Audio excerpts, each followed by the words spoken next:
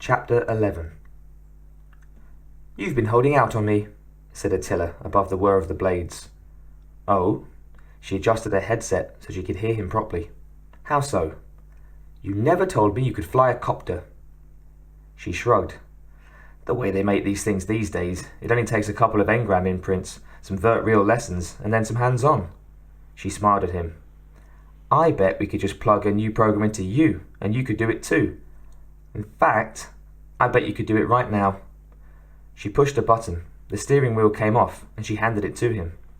He looked alarmed for a moment, and then he handed it back. "Ha ha ha. It's on automatic, isn't it?" "Glad to see I haven't lost my sense of humour," she said. "Actually, I'm glad you haven't lost control of this craft."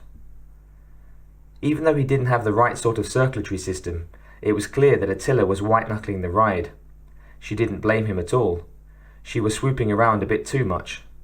Well, she'd kept the gravcopter on a steady keel for a while. It was the afternoon of the day after they had arrived on this world, and already they were out looking for trouble. Machiko had requisitioned the vehicle that morning. Evanston had advised against looking over the terrain quite yet, but he'd been too busy catching up on other affairs to give her any real orders, so she talked him into at least letting her take a look at the surrounding environs, to get a feel for the lie of the land. The other troubleshooters were out on manoeuvres. She and Attila had joined them briefly. She'd met them, but hadn't said much. They were pretty much as Daniels had said, worn mercenaries, looking for a home. She'd given them the usual patter, "Good to meet you, let's get this job done and done right, blah blah blah." Fortunately, her enthusiasm was real. All this was so much better than tapping input into a computer and riding herd on a corporate mining nonsense. And the possibility that she'd be dead next week, acid rotting out her brain? All the sweeter, because of the sharpened sense of life that she felt now. They were in tree territory, alien trees, a kind of deciduous rainforest with a large patch of plains and rivers. Wild with herds of native creatures glimpsed here and there in bright, vivid colours poking through the general green and brown. "I wonder what kind of ecologist Evanston hired," said Attila. "You think he's thought that far ahead?" "Oh yes, he would have to. There's no need to terraform this place, but its life forms are complex enough to take great consideration, especially if he's introducing new species. He's probably got a lot more on his mind now than just that." "Probably. Nonetheless, he was talking about settling this whole planet." "He's most likely not too worried, since he's only settling a continent at a time. This one he figures he can mess up." "A shame. It looks quite nice the way it is." "I think that's the idea. A whole island continent for hunters to joyously plunder, free from restriction and rules. Paradise. Or hell. Depends on your point of view." Machiko thought for a while as the verdant land swept under the rotors and body of the copter. "Till, something's going on here. Something more than Evanston's told us about," she said finally. Attila nodded. "I think we should talk about that. Put the pieces together." "I'm almost afraid to." "Why?" "I don't know." "Sure you do. It's that gift horse phenomenon." "Yeah, but still, it's better than where I came from." Attila sniffed. "We'll see about that." "What, you want to go back?" "I didn't say that. I'm just performing my function." "What, being a goddamn stick in the mud?" "No. Being someone you can bounce ideas off. Still, I'm entitled to my opinions, right?" "I can think of a few things to bounce off of you at this moment." "You'd be so lonely without me." He smiled, needling with such a gentle revenge. Machiko knew that deep down in his masochistic heart, Attila was rather enjoying it. Truth was, he was probably just wondering if he'd have to actually transform all that theory he was brimming with into practicality, and if the wise sage would get reduced to rubble in the process. "Well, nothing untoward so far on sensors. You wouldn't have noticed anything, would you, with your special little nodes?" "A great many things, but nothing that sends needles into the red." "We'll just bank and take a look on the northwest quadrant a while and then go back, okay?" Attila nodded. "Fair enough." The android didn't seem in a real hurry to get back to the fun and games of Evanstonville. He was just clearly not thrilled with being aloft, flying over unknown territory. The wild land swept below them, a verdant carpet of mysterious life. Machiko perused it in silence. Such a huge area. How could they possibly hope to find any sign, any clue of what was going on there in just a quick field trip? Nonetheless, they did. She was about to call it a day when Attila spoke up. "I hate to admit this, but I see something." "Where?" He gave her the navigational reading and she checked it on her scope. Activity in a clearing. Small things, big thing. "Whoa," she said, pulling up short and hovering for a moment. She thought about it and then lowered to a position still within sight of the scene, but far enough away not to attract undue attention. Then she punched up sensor screens and thumbed her telescopic step-ups. "It's some kind of big lizard being attacked by smaller creatures." Attila nodded. "I can't tell what they are, and I can't see what the creatures are." "I have a suspicion, and if they're what I think they are, I don't want to go hovering around in that area." She pointed down to another adjacent plane. "I've got to have a look, though." "I was afraid of that," said Attila. "Can't we just zip over and take some pictures?" She shook her head. "If they're what I think they are, they'll know we know about them, and I'm not sure that's good. Better to be safe than sorry." "And what is knowledge and the value of surveillance and intelligence?" "Power," Attila said in a small voice. "Exactly." They landed. "I want you to stay here," she said. "Look, I may act truculent, but my job is to be by your side." "I appreciate that, Attila. However, I need you here to keep the engines going in case we need a speedy takeoff." "Perhaps I should go and reconnoitre and you can stay here." "What, and let me miss all the fun? Besides, you're the reluctant one, aren't you?" "Perhaps I am the careful one." "Precisely, and I appreciate that. Sometimes, though, there are things that have to be done. And Attila, this is something I have to do. This could be the key to everything." "You could get yourself killed, too." She shrugged. "Obviously. I also could have fallen out of my bureaucratic chair back on Dull World and broken my neck. Now keep things revved up here. I won't be long." She grabbed the camera, a blaster, and a weapons belt, and hopped out of the copter, giving the rotors a wide berth.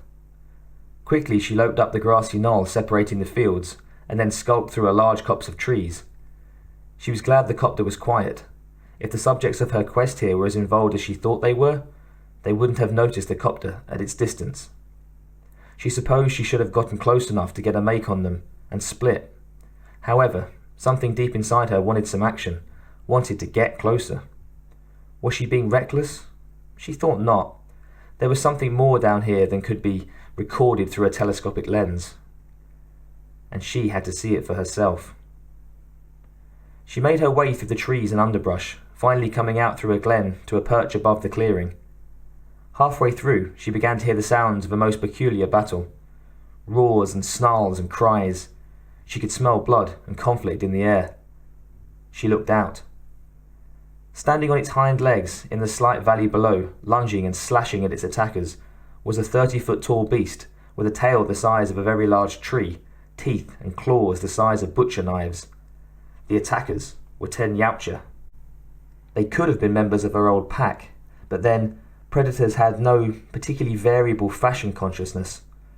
They pretty much all wore the same kinds of clothing and armour. They were using spears and other manual weapons to deal with the creature, although a couple stood in the background with plasma pushers. This was a baiting game, clearly, not particularly in the realm of honourable. She'd somehow expected to see predators here, and was glad that her hunches were paying off. It was good to have that knowledge. However, the beast provided the biggest surprise. She'd never seen it before. She recognised it from books. It was a Tyrannosaurus Rex. So that was one of the things that the big DNA factory had been up to. It made a lot of sense. She'd heard that the biotechnology was available to bring back monsters of the past, not just from old DNA, but from actually building DNA patterns according to specifics. She had just never seen it in use before. Hard to imagine it done on a more dramatic level. This was a ferocious beast, carnivorous savagery gleaming in its bleedy eyes. Blood rivulated from cuts in its side and front, and a spear poked from its neck. However, all those pricks and nicks seemed only to have enraged it further. The predators appeared to be actually on the verge of retreating, or of using their stronger weapons. Clearly, they had bitten off more than they could chew. She took out some binocs to have a closer look, ranged it over the warriors, and stopped on one. Oh, God. Shorty. She tried to correct the focus, but it was as sharp as a pin. A little bigger, a little more battered, but all the armor and other visuals aligned. This was the predator who hated her. Too bad she couldn't have killed him when she had the chance. What was more, he seemed to be gesturing and carrying on as though he were in charge, orchestrating this odd exercise against the dinosaur, and not having a very good time from the looks of it. They were going to have to kill the beast, no question, and then immolate it or something. Presumably the hunters were operating secretly here, just as they had always on populated planets, and they wouldn't want their presence known.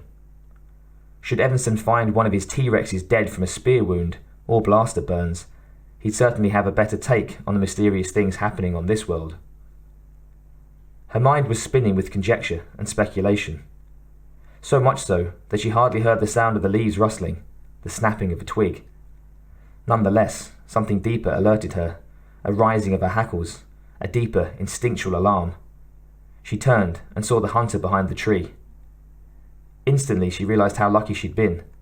Doubtless, if they'd realized they would have had to deal with intelligent prey, they would have worn their cloaks. This bastard might have sneaked right up on her. But then again, after living with them, after working with them, she rather doubted it. Anyway, it gave her warning. The fact that he wasn't there to make friends was immediately apparent. He had his own blaster and was raising it to fire. She was fast with her own, but not fast enough. Nonetheless, at the same time, she was able to jump back and away. The edge of the jagged spout of energy caught the bore of her own weapon, and she let it go. It slammed against a tree and exploded. She rode the force, tumbling down a hill. Leaping to her feet, she used the momentum of her fall to give her a head start. By the time the predator swung around to shoot at her again, she was well away, running through a batch of tree boles. She weaved helter-skelter, dodged. Bark exploded next to her. She could feel the burn of the weapon's blast, but did not take a moment to look back. She dived behind the bole of another tree, careful not to allow the vines growing at its base to impede her. Just down the glade, sunlight poured through an opening that she'd come through to get a view of the proceedings on the other side of the hill. If she could get through there, she'd have a clear run for the copter. Attila, seeing her coming, would be ready to take off immediately, and they'd have a chance. She leaped down the hill, ran into the clearing. All the while behind her, she heard the sounds of crashing pursuit. She wondered if she should stop and make her stand. She had a pistol, and she could hide behind a tree. If worse came to worse, she could use the knife in her boot. The hunter had a blaster, and even if they got off the ground, theoretically, he could take a successful shot and destroy them both. One of Machiko's talents was for quick, good decisions. Had she still been running with the pack, had she still been in that honor is everything frame of mind, doubtless she would have spun around and attacked her attacker. However, her gut instinct was that her best hope for survival was to run for the copter. Besides, life was just getting good.